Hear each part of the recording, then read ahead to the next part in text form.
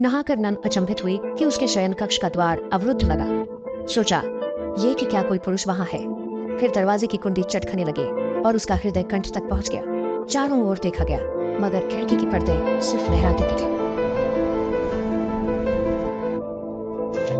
उफ, डेजी डर के मारे तुरंत जमीन पर गिर गई, लेकिन तब कैमरा बदल गया। वास्तव में उसकी मित्र लौट आई थी और डेजी हैरान थी क्योंकि भिक्षालय में रहते हुए भी साथ ही चमकती पोशाक में थी।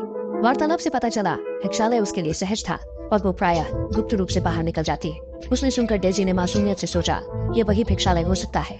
परंतु पुनः रात्रि डेजी ने अनुभव किया जब उसने अंधकार कक्ष में बंधी एक नन को पाया।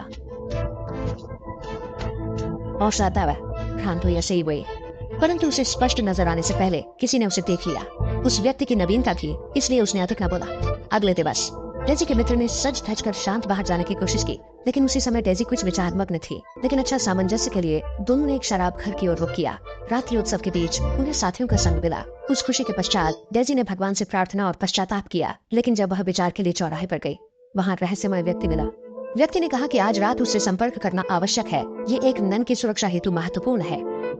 डेजी को यह सुन हैरानी हुई, क्या ये वही नन थी जिसे कल देखा था? इंतजार में वह उत्पादन कक्ष में एक भयानक दृश्य देखी। नन को बेतहाशा बांधा और सर्जरी के लिए तैयार किया जा रहा था। सर्जरी के पश्चात उसे अजीब स्मित देती पाई। डेजी को स्थल भयावह लगने लगा। भिक्षालय में ये क्या हो रहा है? लेकिन उससे पहले कि वह समझती था, दोपहर में जब सभी एक साथ एकत्र हुए, वह उत्पादन की नन ऊपर दिखाई दी और अभी भी अजीब मुस्कान दे रही थी। सबको भी एक भ्रम का एहसास हुआ, लेकिन महिला की आंखें गंभीर हो गई और उसने माचिस जलाई।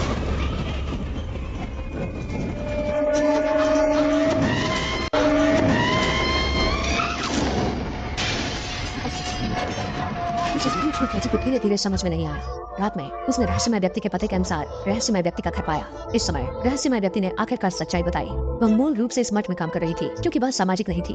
आंगन को दो गुटों में विभाजित किया गया था। एक धर्मनिष्ठ और दयालु अनुकूल गुट है और दूसरा एक गुट है जो राक्षसों की शक्ति में विश्वास करता है। यह बल विश्वासियों को समृद्धि दे सकती है और गोपनीयता से मानवों और प्राणियों को आत्मीकरण करके पीढ़ियों की राक्षस जातियों की खेती की जा रही है। आगे बढ़ते हुए यह पथ एक असंख्य बार विफल रहा, परंतु इसने एक सफल युवती को भी जन्म दिया, वही नन जिसे डेजी ने द्वार पीछे निहारा था। उस रहस्यमय व्यक्ति द्वारा कही गई भयावह कहानी सुनकर डेजी को अविश्वास हुआ। मठ के आवागमन के मार्ग पर उसने उसे देखा जिसे वह पहचानती थी कि वह पब में उसी आदमी के पीछे थी।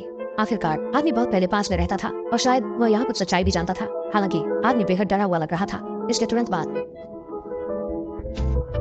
परिस्थितियां और भी बिगड़ती गईं। डेजी की सहेली श्वेत शादी की पोशाक में मठ के चैपल में प्रकट हुई, शैतान के साथ घटना के लिए संगठित हो रही थी। इसके विपरीत एक ताजा जिंदगी जो बढ़ रही थी। बेंच पर बैठी डेजी और भी स्तब्ध रह गई। जब प्रत्येक व्यक्ति चैपल कार्यक्रम में शामिल था, वह मौन स्वीकृति के साथ गेम के कक्ष में प्रवेश कर गई और एक रहस्यमय कुंजी पाली। तहखाने में पहुंचकर जहां उसने अंततः सभी अभिलेख पत्र पाए, सच्चाई में असंख्य फाइलें थी जो अलग अलग जीवन के प्रजनन को दर्ज करती थी। डेजी ने त्वरित साक्ष्यों वाली फाइलें उठाई और उस छोटी नन को खोजने निकल पड़ी। वह तैयारी में थी कि पहले उसे यहाँ से निकासी मिले। हालांकि अंत में ननों ने उसे पा लिया। कई लोगों द्वारा अवरोध करने पर वह असमर्थ हो गई और डेजी को केवल एक कक्ष में बंद किया जा सका। बेडरूम में जल्द ही वह नींद के लिए स्थान पाते हुए दीवारों पर खतरनाक निशान को नजर से गुजार रही थी। सोच रही थी कि क्या उसका उपयोग प्रयोग के लिए किया जा सकता है। यद्यपि वह निराशा से घिरी हुई थी, एक नन अचानक कमरे में दाखिल हो गई।